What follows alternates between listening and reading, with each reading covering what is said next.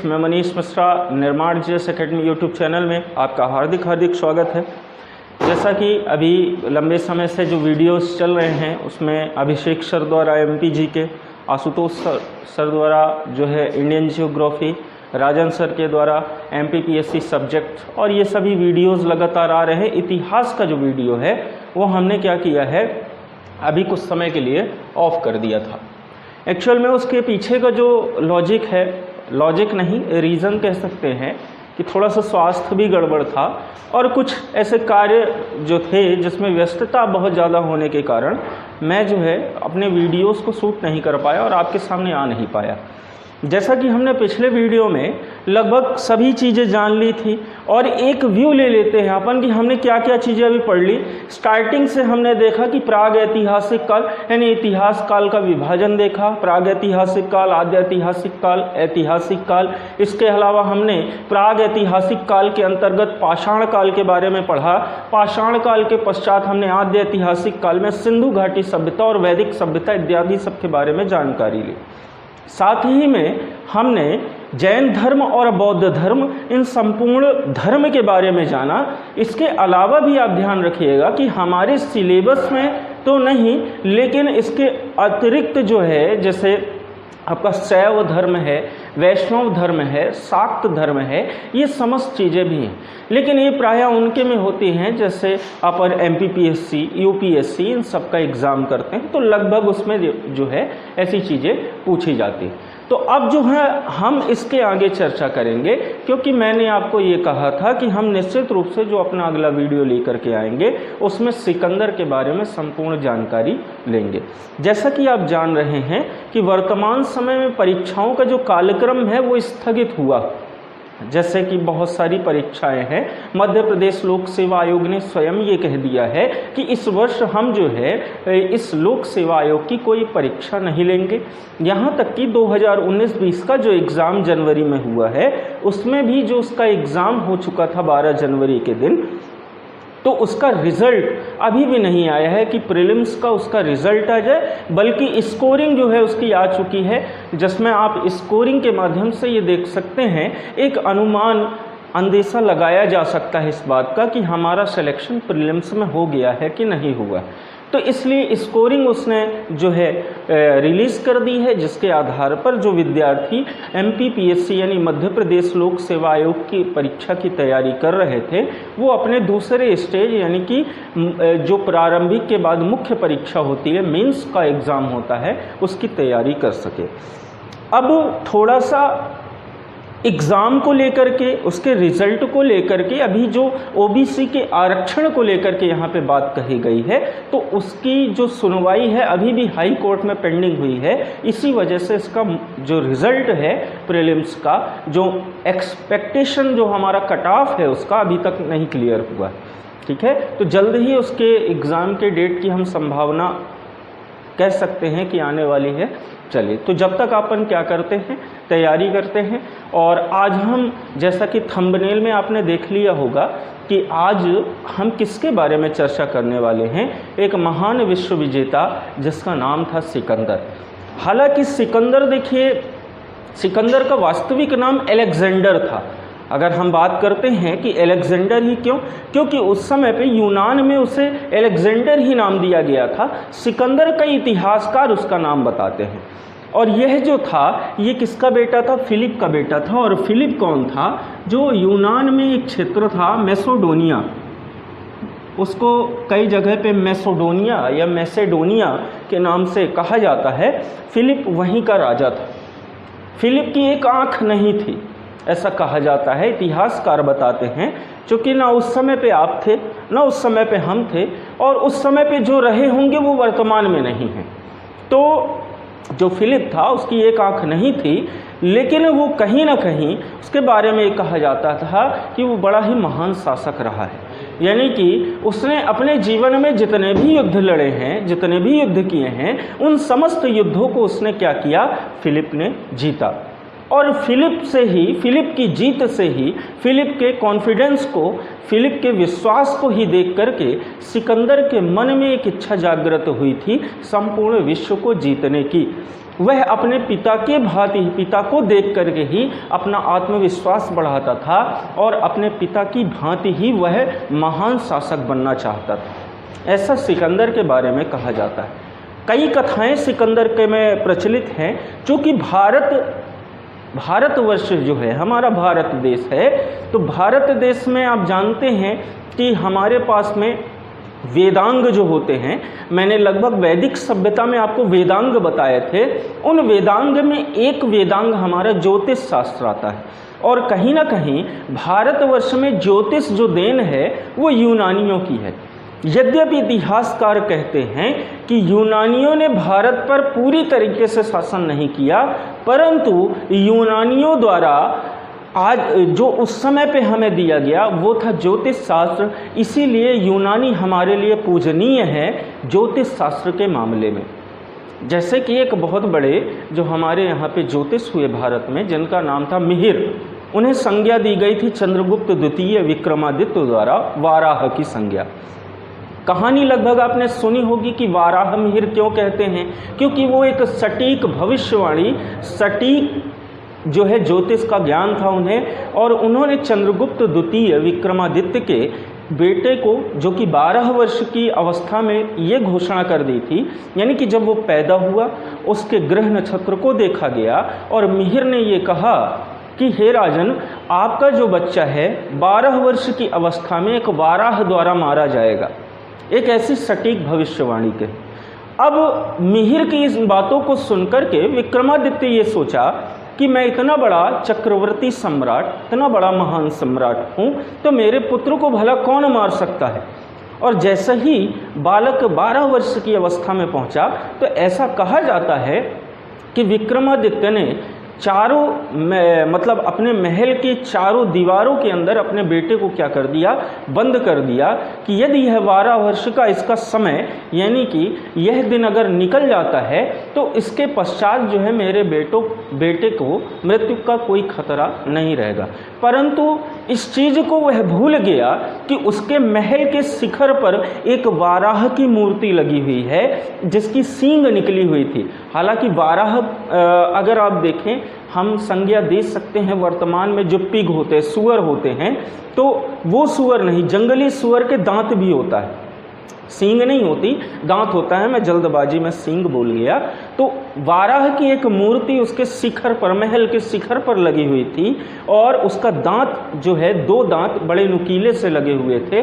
कहा जाता है कि 12 वर्ष की अवस्था में जब उसका बेटा महल के अंदर बंद था, उसी समय बड़ा तेजी से तूफान आया और वह महल के शिखर में लगी हुई वाराह की मूर्ति उसी महल के अंदर गिरी और उसके बेटे के पेट को फाड़ते हुए आर पार निकल गई और तत्काल ही उसके बेटे की क्या हो गई, मृत्यु हो गई।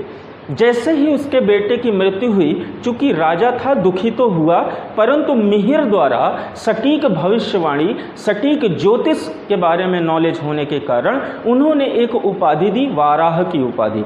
तभी से उनका नाम वाराह मिहिर भी पड़ा। तो यहाँ पे हमने थोड़ा सा चंद्रगुप्त द्वितीय विक्रमादित्य की जो जानकारी ली है वो इस वजह से ली कि किस तरीके से हमारे भारतवर्ष में ज्योतिष जो देन है वो यूनानियों की है। इसी वजह से यूनानी हमारे लिए पूजनीय है, ऐसा इतिहासकार कहते हैं। कई इतिहासकारों ने इसकी संपूर्ण रूप से विवेचना की। तो आज हम चर्चा कर लेते हैं सिकंदर के बारे में। तो जैसा कि सिकंदर फिलिप का बेटा था और फिलिप मैसेडोनिया का शासक रहा है, जो कि बड़ा महान शासक था।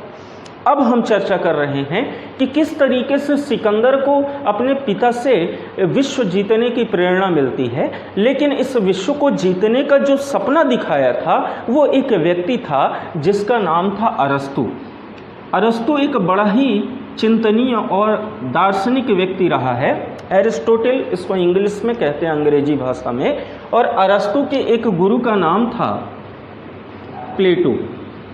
इन लोग का नाम लगभग जो भी विषय आप पढ़ेंगे कहीं ना कहीं मिलता है। और प्लेटो का भी गुरु था सुकरात। विश्व का सबसे बड़ा दार्शनिक और चिंतनीय व्यक्ति रहा है सुकरात, जिसने एक ही स्थान पर बैठ कर के संपूर्ण विश्व का चिंतन किया था। सुकरात कभी किसी प्रश्नों पर नहीं अटका, उससे कोई भी प्रश्न पूछा जाए उसका सटीक उत्तर देता था। परंतु आपको ये ज्ञात होना चाहिए कि इस विश्व में जो भी चीज़ें बनी हैं उसका कोई सही उत्तर, सटीक उत्तर नहीं है, चाहे वो कोई भी विषय हो। अरस्तु बहुत ही बुद्धिमान व्यक्ति रहा है और अरस्तु जब भी कभी किसी संशय में पड़ता था तो वो अपने गुरु प्लेटो से पूछता था। प्लेटो इससे भी कहीं अधिक बुद्धिमान था और प्लेटो जब कभी किसी संशय में पड़ा तो उसने सुकरात से पूछा और 100% सुकरात ने उन प्रश्नों का उत्तर दिया, सटीक उत्तर दिया। परंतु हम ये कह सकते हैं कि किसी भी प्रश्न का सटीक उत्तर नहीं होता है। दार्शनिक एक ऐसे व्यक्ति होते हैं जो दर्शन शास्त्र के आधार पर किसी भी वस्तु का तर्क वितर्क अलग तरीके से देखते हैं। जैसे मैं कहता हूँ, मैं एक सामान्य व्यक्ति हूँ और मैं कह दूँ कि ये जो बोर्ड है जिसमें मैं पढ़ा रहा हूँ वह सफ़ेद रंग का है, लेकिन जो दार्शनिक व्यक्ति होगा वो कहेगा कि यद्यपि ये आपको सफ़ेद दिखाई पड़ता है परंतु ये सफ़ेद नहीं। तो इस तरह के दार्शनिक इस संपूर्ण विश्व में हुए हैं। और जिस प्रकार से अरस्तु एक बहुत बड़ा विद्वान व्यक्ति रहा है, अरस्तु के समान ही एक विद्वान हमारे भारत देश में भी रहा है जिसका नाम था चाणक्य। चाणक्य के कई नाम मिलते हैं, मुख्य रूप से 2 नाम आपको याद रखना है, एक तो विष्णुगुप्त और दूसरा जो रहा है वो था कौटिल्य। कौटिल्य, विष्णुगुप्त उनका ओरिजिनल नाम था, उनका वास्तविक नाम विष्णुगुप्त था।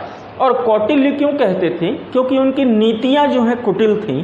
और चाणक्य नाम उनका कैसे पड़ा कि जो चाणक्य नीति उन्होंने बनाई उसके आधार पर जो है उनका नाम चाणक्य पड़ा। थोड़ा सा अपन चर्चा चाणक्य के बारे में बाद में कर लेंगे जब हम मौर्य साम्राज्य के बारे में संपूर्ण जानकारी लेंगे। तो सिकंदर के बारे में धीरे धीरे बड़ा हुआ। हालांकि फिलिप ने कई शादियां की थी जिसमें से एक पत्नी से उत्पन्न जो संतान थी उसी का नाम था अलेक्जेंडर या सिकंदर, हम उसे कह सकते हैं। उसकी जो माता थी वो फिलिप से बहुत ज़्यादा नफरत किया करती थी, पता नहीं क्यों, इतिहासकार कहते हैं ऐसा, ऐसी कहानियां हमें जो है फिलिप के बारे में भी मिलती।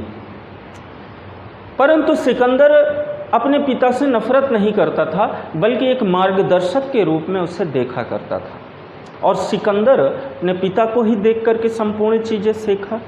कहा जाता है कि जो उसका एक प्रिय घोड़ा था बाउकेफला, जिसका नाम था, मैं नाम लिखे देता हूँ ताकि आप नाम उसे ध्यान रखें, बाउकेफला उसके घोड़े का नाम था। एक बार की बात है कि सिकंदर जब लगभग 14 या 15 वर्ष की अवस्था में था तो इस बाउकेफला घोड़े पर काबू पाना बड़ा मुश्किल कार्य होता था। प्रतिवर्ष एक आयोजन किया जाता था, हर वर्ष ईरान इराक से घोड़े लेकर के यूनान लोग जाया करते थे, क्योंकि ईरान इराक में घोड़े बड़े शानदार होते हैं। और एक बाउकेफला नाम का घोड़ा जो है उसी वर्ष आया हुआ था। उसको काबू करने की हिम्मत किसी में भी नहीं थी, परंतु सिकंदर जब उसके पास पहुंचा तो उसके पिता ने कहा कि यदि तुमने इस घोड़े को अपने वश में कर लिया, अपने काबू में कर लिया और इस पर तुमने घुड़सवारी कर ली तो ये घोड़ा तुम्हारा, और तुम्हारी जो भी इच्छा है वो इस घोड़े के माध्यम से, और जितने भी युद्ध है इस घोड़े के माध्यम से ही आप जीतोगे। बस बात क्या थी, सिकंदर ने अपने पिता की आज्ञा का पालन करते हुए कूद पड़ा रणभूमि में और कुछ ही समय पश्चात उसने बाउकेफला घोड़े को अपने वश में कर लिया। और वास्तव में कहा जाता है कि सिकंदर ने संपूर्ण विश्व को जीता तो इस घोड़े के माध्यम से। वह अपने घोड़े को कभी छोड़ कर के कहीं नहीं जाता था और इसने अपने घोड़े के नाम पर एक शहर भी बसाया था जिसका नाम है बाउकेफला शहर। ठीक है, चल। बचपन में सिकंदर के मन में एक इच्छा थी, जब उसके पिता युद्ध करने जाया करते थे और युद्ध को जीत करके आया करते थे तो हमेशा वो अपने पिता के मुख से ये सुना करता था कि मैंने आज इस युद्ध को बड़े आसान तरीके से जीत लिया। उस समय पे देखिए कहा जाता है कि संपूर्ण विश्व ज्ञात नहीं था। संपूर्ण विश्व का अर्थ है कि जैसे आज वर्तमान में हम देखते हैं कि 7 महाद्वीप हैं, 4 महासागर हैं, लेकिन उस समय पे कोई ऐसी टेक्नोलॉजीज़ नहीं थी जिनके माध्यम से हम संपूर्ण विश्व को ज्ञात कर सके। इवन यहाँ तक कि 1498 में भारत के समुद्री मार्ग की खोज, जैसे कई लोग समझते हैं कि भारत की खोज 1498 में हुई, ये सर्वथा गलत है।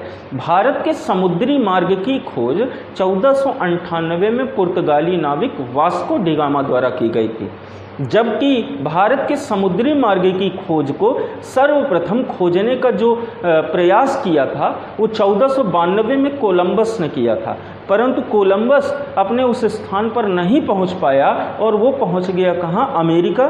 तो अमेरिका की खोज, उस समय अमेरिका के बारे में भी लोग नहीं जाना करते थे, इसलिए अमेरिका की खोज किसने की? कोलंबस ने की। तो उस समय ज्ञात विश्व में कुछ ही क्षेत्र, जैसे यूरोप का कुछ क्षेत्र और इसके अलावा दक्षिण में भारत का ही कुछ क्षेत्र, अफगानिस्तान, चाइना, मंगोलिया और ईरान, इराक, पाकिस्तान, अफगानिस्तान, चूँकि उस समय पाकिस्तान नाम का कोई क्षेत्र नहीं था, वो भारत से जुड़ा हुआ था। तो इन क्षेत्रों के बारे में लोग जाना करते थे और सिकंदर के मन में ये इच्छा थी कि जिस प्रकार से पिता प्रत्येक युद्ध में जाते हैं और जीत करके आते हैं, तो मैं चाहता हूं कि मैं संपूर्ण विश्व को अपने वश में करूं, अपने काबू में करूं, इन संपूर्ण विश्व को जीतूं। उसी समय की एक घटना मानी जाती है कि सिकंदर की मुलाकात एक ज्योतिष से हुई। हालांकि अभी मैंने ज्योतिष की चर्चा की, तो यूनानी ज्योतिष शास्त्र पर बहुत ज़्यादा विश्वास करते थे। तो जैसे ही ज्योतिष से उसकी मुलाकात हुई, तो उस ज्योतिष ने सिकंदर को कहा कि तू अपने जीवन में क्या करना चाहता है? सिकंदर ने कहा कि मेरी एकमात्र इच्छा है कि मैं इस संपूर्ण विश्व को जीतूं, संपूर्ण विश्व को अपने वश में करूं। तभी उस ज्योतिष ने कहा कि जरा तू अपना दायां हाथ मुझे दिखाना, तेरे हाथों की लकीरों को मैं देखना चाहता हूं कि तेरी हाथों की लकीरें क्या कहती हैं। उसी समय जैसा ही उसने अपना हाथ बढ़ाया, काफ़ी देर तक हाथों की रेखाओं का निरीक्षण करते हुए उस ज्योतिष ने ये कहा कि तेरे हाथों में तो किसी भी प्रकार से विश्व को जीतने वाली रेखा ही नहीं है, यहाँ तक कि तू कोई भी युद्ध नहीं जीत सकता है। बड़ा ही अचंभित हुआ सिकंदर ये बात सुन करके, और यही बात जब उसने सुनी तो तुरंत उस ज्योतिष से पूछा कि जरा ये बताओ कि हाथों में ये जो इतनी रेखाएं हैं, उसमें से विश्व को जीतने वाली रेखा कहाँ होती? ज्योतिष ने बताया कि विश्व को जीतने वाली रेखा इन रेखाओं के बीच में इस प्रकार से होती है।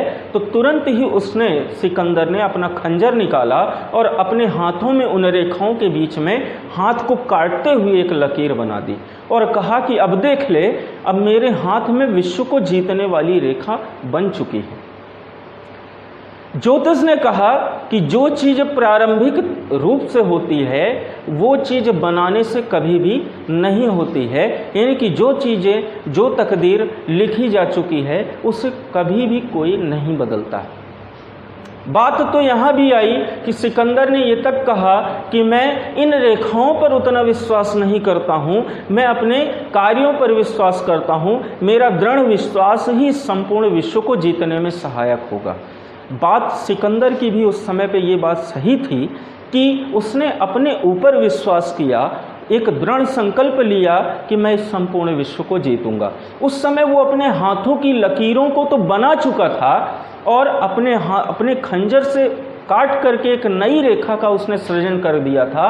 और आपको बता दूं कि लकीरों में ऐसा कुछ विशेष नहीं है। कहावत भी कहते हैं कि हाथों की लकीरों में मत जाओ, क्योंकि लकीरें ही तकदीर नहीं होती हैं, तकदीर तो उनकी भी होती जिनके हाथ नहीं होते, है ना। इस प्रकार की जो है आप सुना होगा आपने कई बार। तो सिकंदर ने उन पर विश्वास नहीं किया, बल्कि अपने ऊपर स्वयं विश्वास किया कि मैं निश्चित रूप से संपूर्ण विश्व को जीत सकता हूँ।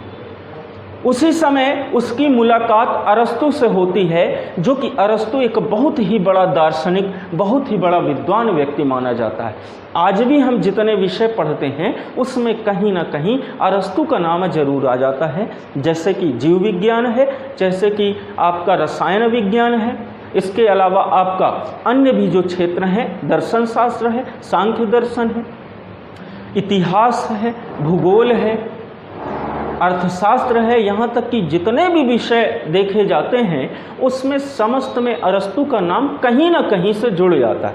ऐसा क्यों? क्योंकि लगभग उसने एक जगह पे बैठ कर के ही बहुत बड़ा चिंतन किया, इसीलिए एक बहुत बड़ा दार्शनिक जो है अरस्तु कहलाया। विश्व में बहुत बड़े बड़े दार्शनिक हुए। अब हम बात कर रहे हैं कि अरस्तु से जैसे ही इसकी मुलाकात होती है तो अरस्तु ने इसके अंदर छिपे हुए एक नेतृत्वकर्ता और एक कलाकार को देख लिया था, क्योंकि प्रत्येक व्यक्ति की पहचान अगर करनी हो तो सबसे पहले तो उसके वाणी, उसके भाव से पहचान करनी चाहिए। देखिए, कई बार ऐसा होता है कि कपड़ों से इंसान की पहचान नहीं होती, लेकिन वास्तव में मैं आपको बताऊं कि किसी भी इंसान की वेशभूषा से सबसे पहले उसके व्यक्तित्व की पहचान अंदर ही हो जाती है। उसके पश्चात उससे बातचीत करके आप उसके स्वभाव, उसके व्यक्तित्व को आसान तरीके से जान सकते हैं, लेकिन ये तब जान सकते हैं जब आपके अंदर उस तरह की क्षमता हो, उस तरह का व्यक्तित्व हो। यदि वही है, एक कहावत इसके लिए भी बनी है कि बुरा जो देखन मैं चला, बुरा न मिले कोई, और जो दिल खोजा आपना, मुझसे बुरा न कोई। हम बुराई तो दूसरों में ढूंढते हैं, लेकिन खुद के अंदर कितनी बुराई है ये हम कभी नहीं देखते, क्योंकि अपनी बुराई कभी भी किसी को नहीं दिखाई देती। अरस्तु ने उसके व्यक्तित्व को पहचान लिया और उस हिसाब से उसने उसको ट्रेंड करना चालू किया। उसकी ट्रेनिंग, उसका प्रशिक्षण इत्यादि का कार्य चालू करता है। चालू करने के पश्चात उसे समस्त प्रकार की कलाएं, समस्त प्रकार के गुण और समस्त प्रकार की चतुराई सिखाने का भी कार्य उसने किया। इसके पश्चात सिकंदर जब 18 वर्ष की अवस्था में पहुंचता है तो सिकंदर के पिता की मृत्यु हो जाती है। बहुत ही कम वर्ष की अवस्था में सिकंदर मैसेडोनिया की गद्दी को संभालता है। इस प्रकार से सिकंदर राजा बना। जैसे ही राजा बना तो सबसे पहले उसने अपने सैन्य संगठन को मजबूत करना आरंभ कर दिया। सैन्य संगठन को पूरी तरह से मजबूत किया, क्योंकि जानता था कि जब भी मैं कहीं युद्ध करने जाऊंगा, अगर मेरे सिपाही मुझसे नाराज हो जाएंगे या मेरे सिपाही मेरे साथ दगाबाजी कर देंगे तो मैं किसी भी युद्ध को जीत नहीं सकता। इसलिए कहा जाता है कि सिकंदर अपने सिपाहियों का बड़ा ही विशेष ध्यान देता था। उनकी हर एक सुख सुविधाओं को लेकर के वह हमेशा तत्पर रहता था, चिंतित रहता था। उनको किसी भी प्रकार की कोई कमी ना हो, इस वजह से सिकंदर ने बहुत ज़्यादा प्रयास किए। सिकंदर के कुछ जो दोस्त थे, जैसे एक था हेफाइडस। अच्छा, सिकंदर के बारे में कहा जाता है कि सिकंदर स्त्री प्रेमी नहीं रहा, ऐसा कुछ इतिहासकार कहते हैं। सिकंदर के बारे में कहा गया कि वह स्त्री प्रेमी नहीं था, बल्कि वह पुरुष प्रेमी रहा है, जो कि हेफाइडस उसका जो है एक प्रेमी था और उसका एक दोस्त भी रहा। इसके अलावा एक था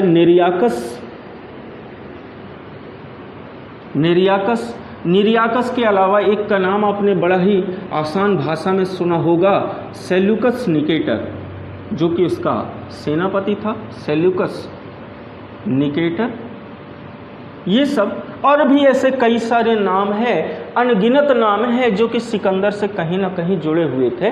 कई ऐसे इतिहासकार भी हुए हैं जिन्होंने अपनी पुस्तकें इतिहास के बारे में लिखी, सिकंदर के बारे में लिखी हैं, वो भी उस सिकंदर की सेना में शामिल रहे। कुछ के नाम उसमें प्राप्त होते हैं। अब हम बात करते हैं कि सिकंदर ने जैसे ही अपनी सेना को मजबूत किया, छोटे मोटे अभियान करते करते उसने लगभग समस्त क्षेत्रों को जीता। बेबीलोन को भी उसने जीत लिया और वहीं पर उसने अपना शासन, अपना राज्य पूरी तरह से स्थापित कर दिया। स्थापित करने के पश्चात अब 329 ईसा पूर्व में उसके मन में एक ख्याल आता है कि भारत नाम का एक कोई देश है और उसे भी अब मुझे विजिट करना है। लेकिन भारत तक पहुंचना इतना आसान नहीं था, क्योंकि इसके पहले भी जैसे कहा जाता है कि भारत में सबसे पहले ईरानी आए थे, हखामनी वंश आया हुआ था। अपन जब विदेशी आक्रमण पढ़ेंगे तो उसमें पढ़ेंगे कि साइरस किस प्रकार से और अफ़गानिस्तान के रेगिस्तान के माध्यम से होता हुआ आया था, परंतु सफल नहीं हो पाया था।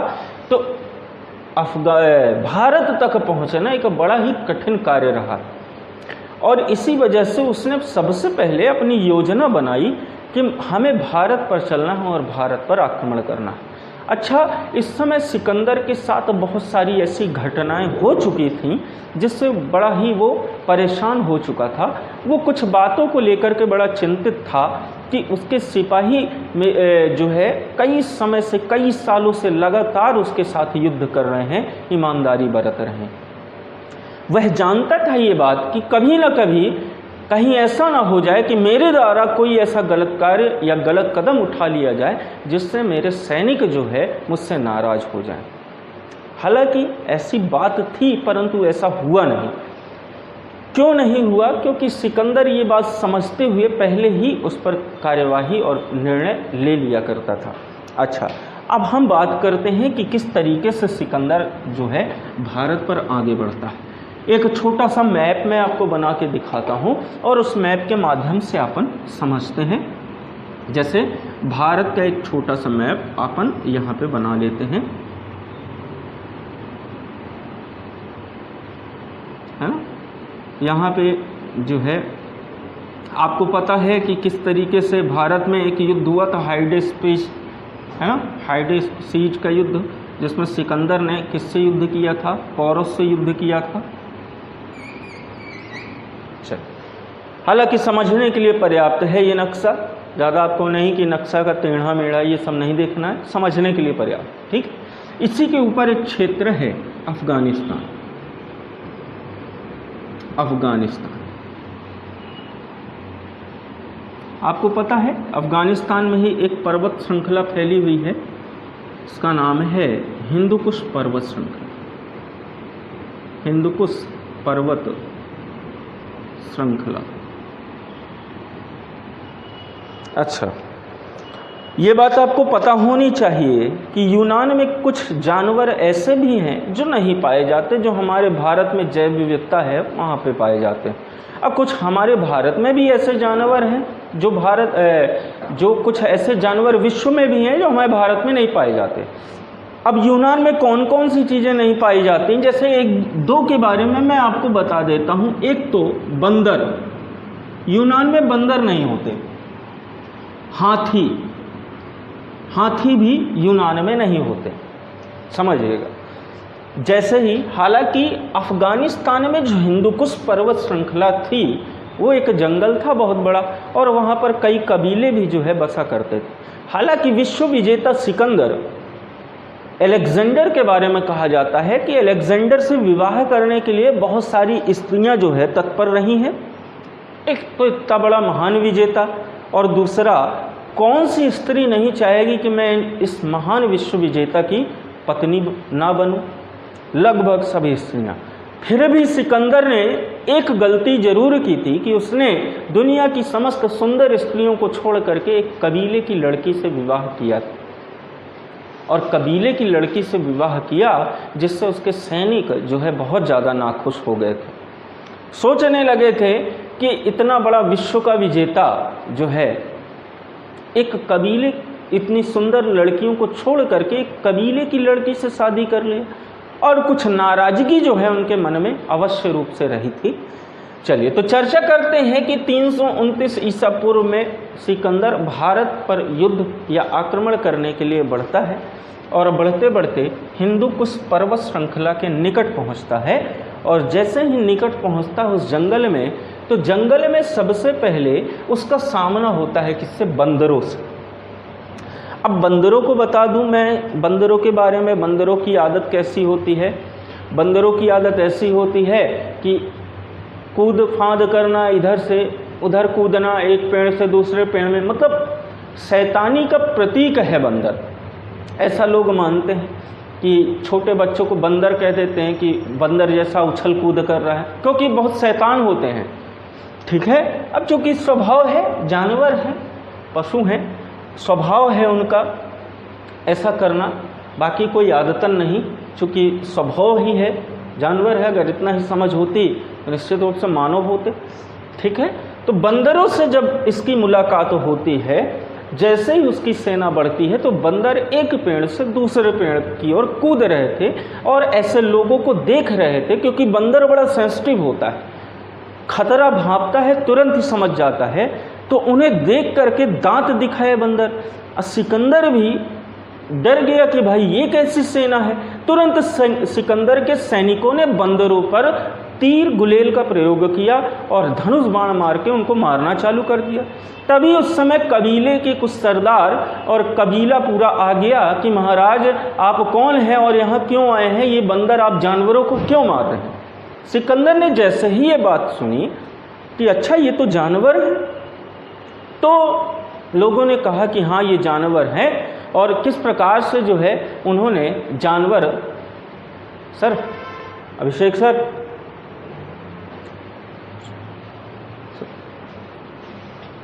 पानी नहीं देख लीजिएगा, वहाँ से लेते आइए सामने। चलिए, सॉरी थोड़ा सा डिस्टर्बेंस के लिए क्षमा चाहूँगा। तो जैसे ही कबीलों ने समझाया कि महाराज ये बंदर हैं, ये जानवर हैं, इनसे आपको कोई खतरा नहीं है, कोई सिपाही नहीं। अच्छा, सिकंदर के मन में थोड़ा सा विश्वास आया कि ये लोग यहाँ पे रहते हैं और कहीं ना कहीं मेरी मदद ये कर सकते हैं इस घाटी को पार करने में। सिकंदर ने बाद में बंदर को छू करके देखा कि हाँ ये तो जानवर है, ये कोई सैनिक नहीं है। इस प्रकार से ये आगे बढ़ते हैं। अब कबीलों का साथ पाने के लिए, क्योंकि कबीले ऐसे होते हैं कि कबीले तो कुछ भी नहीं जानते, यानी कि जो ट्राइब्स होती हैं, जनजातियाँ होती हैं, वो तो कुछ भी नहीं जानते। जैसे एक आम घटना आपको बताऊं कि जो लक्षद्वीप था अपना, जिस समय पे भारत और पाकिस्तान का बंटवारा हो रहा था, बंटवारा हो चुका था और हमारी देसी रियासतें जो सरदार वल्लभ भाई पटेल की सहायता से भारत का एकीकरण जब हो रहा था, तो लक्षद्वीप में ट्राइब्स रहती थी। ट्राइब्स यानी कि जनजातियाँ, उनको तो कोई किसी से कुछ मतलब नहीं। और जैसे ही ये पता चला कि भाई लक्षद्वीप भी क्षेत्र है, उसको जो है अब वो तो लक्ष्य लेको ऐसे करके मालदीव अलग अलग करके क्षेत्र रहे हैं।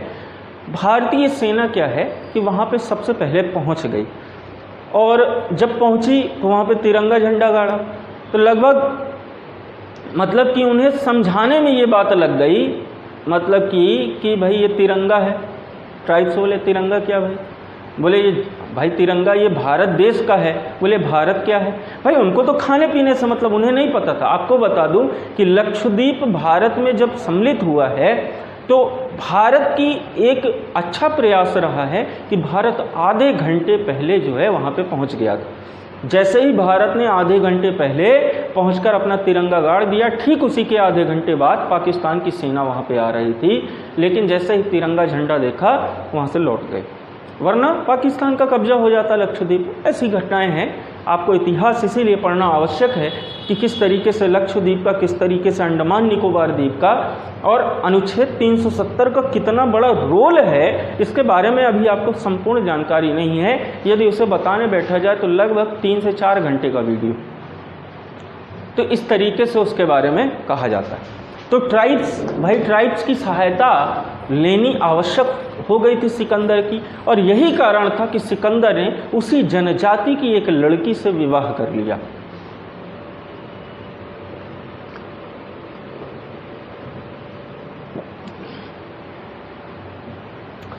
जाति से विवाह कर लिया, और इसी वजह से सिकंदर के जो सैनिक हैं,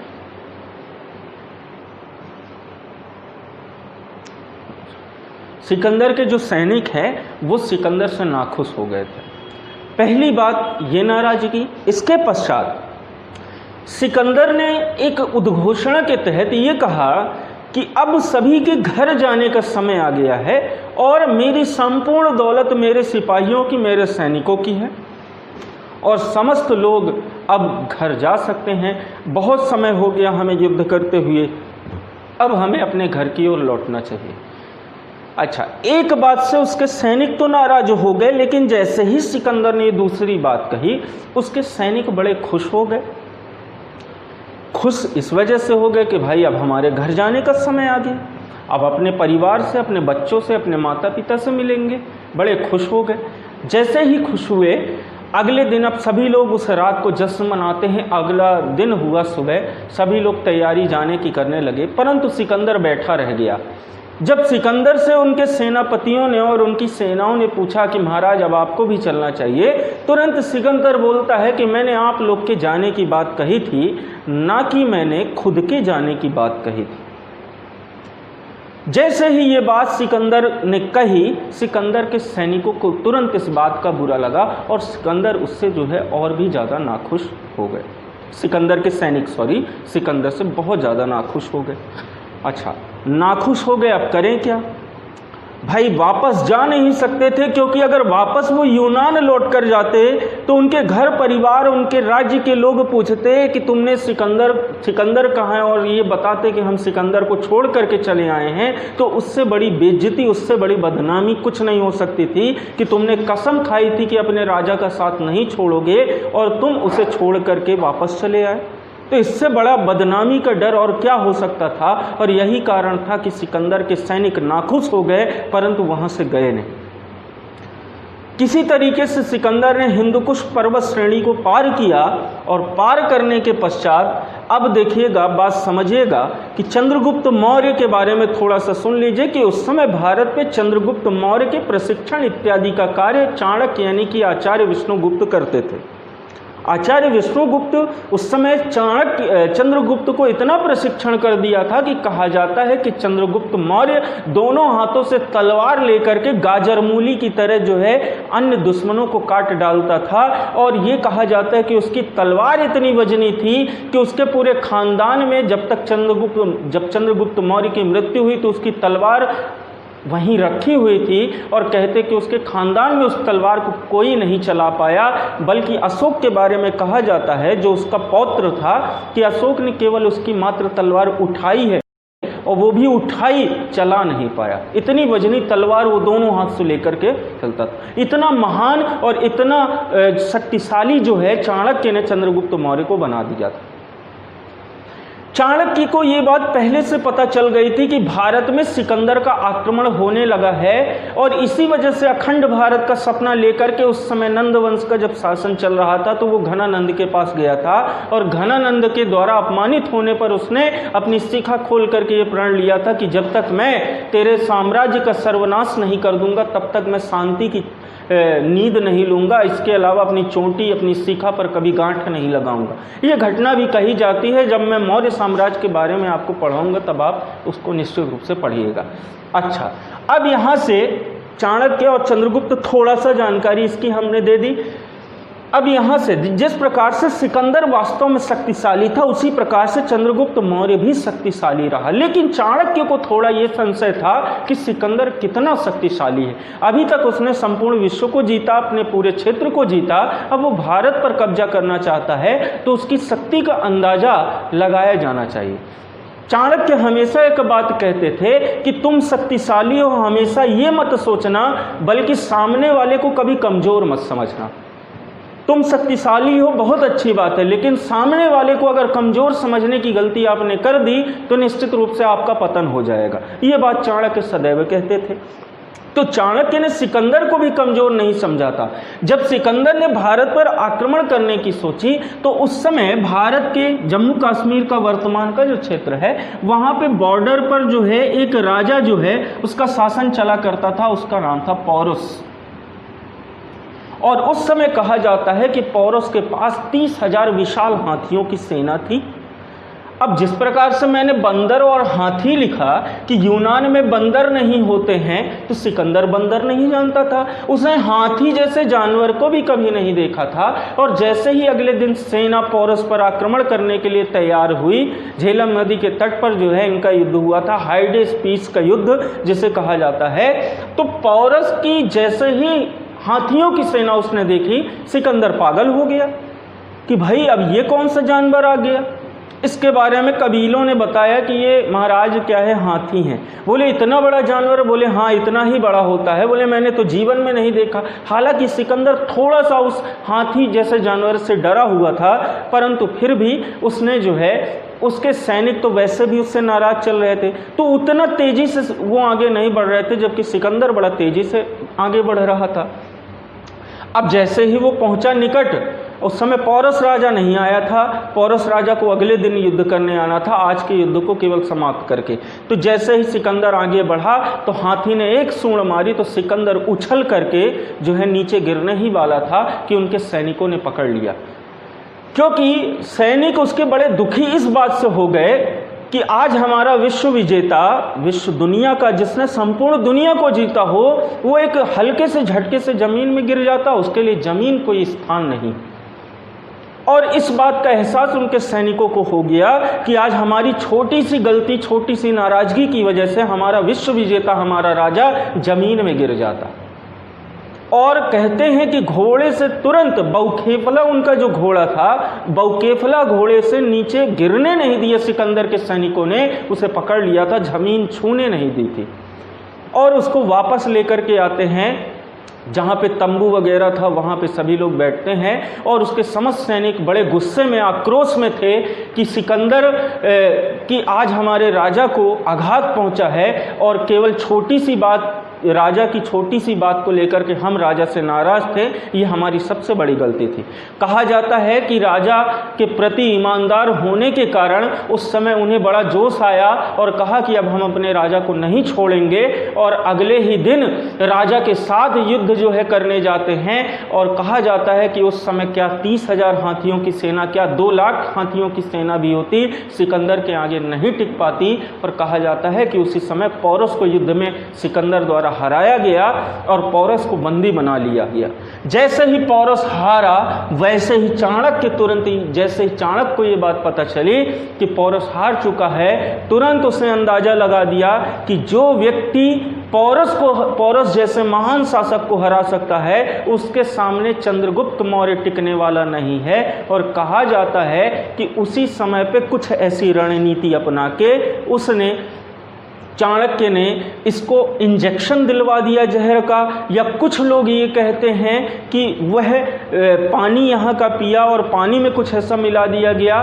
और कुछ इतिहासकार ये भी कहते हैं कि पानी ना सूट होने की वजह से इसको टाइफाइड जैसा रोग हो गया और बाद में यहाँ से ये वापस लौट गया 326 ईसा पूर्व में, और बेबीलोन में इसकी मृत्यु हो गई।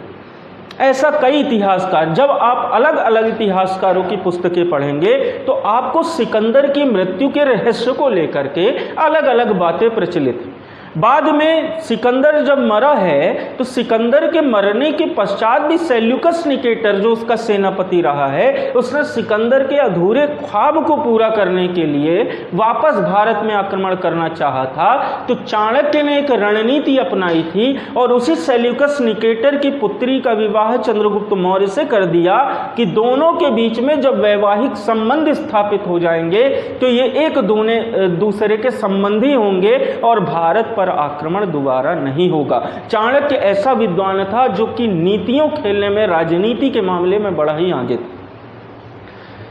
तो सिकंदर पर जैसे ही कोई भी कार्यवाही की गई, उसको जहर का इंजेक्शन दिया गया, टाइफाइड हुआ, कुछ भी हुआ, उसकी मृत्यु को रहस्य के लेकर के बड़े बड़े इतिहासकारों में आपस में मतभेद है।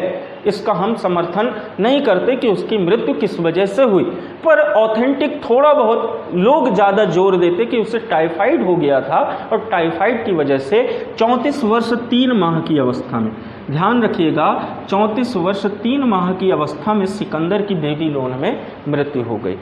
सिकंदर इस बात से भी ज़्यादा दुखी हो गया था कि सिकंदर का जो प्रेमी था, यानी सिकंदर पुरुष प्रेमी था, स्त्री प्रेमी नहीं था, ऐसा कहा जाता है। सिकंदर का जो प्रेमी था हेफाइडस की मृत्यु पहले हो चुकी थी, जिस वजह से सिकंदर काफ़ी ज़्यादा उसके मारे जाने पर दुखी था। और यही कारण था कि 34 वर्ष 3 माह की अवस्था में सिकंदर की बेबीलोन में मृत्यु हो गई। आप यहाँ सोचने वाली बात यह है कि एक ऐसा लड़का, एक ऐसा व्यक्ति जिसने 34 वर्ष 3 माह की अवस्था में संपूर्ण विश्व को जीत लिया, और हम यहाँ 23, 24, 25, 26, 28 साल के हैं, हमारे पास कोई उपलब्धि नहीं। अब ऐसा नहीं कि आप तलवार उठा के जो है भारत को ही जीतने चल दो, विश्व को जीतने चल दो, तो सरकार ऊपर से डंडा मारेगी, ऊपर से पुलिस वाले भी मारेंगे, हमको भी बुला के जो है मारेंगे, ठीक है, कि हमने आपको भड़काया। लेकिन आपको बता दे, सोचने वाली बात की एक ऐसा व्यक्ति भी इस विश्व में रहा है जिसने 34 वर्ष 3 माह की अवस्था में संपूर्ण विश्व को जीता, जो ज्ञात विश्व था।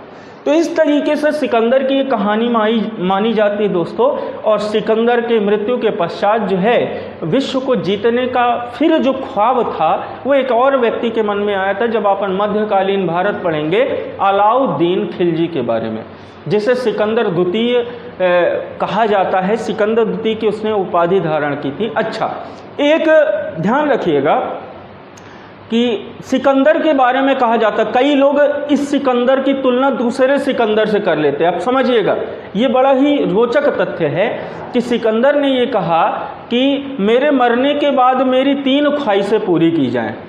सिकंदर ऐसा कहता है, लोग कहते हैं, इतिहासकार कहते हैं कि सिकंदर ये कहता है कि मेरे मरने के पश्चात 3 ख्वाहिशें पूरी की जाएं। पहली कि मेरी जितनी भी दौलत है वो पूरे रास्तों में बिछा दी जाए, ताकि लोगों को ये पता चले कि आदमी मरने के पश्चात ये दौलत भी उसके काम में नहीं आती।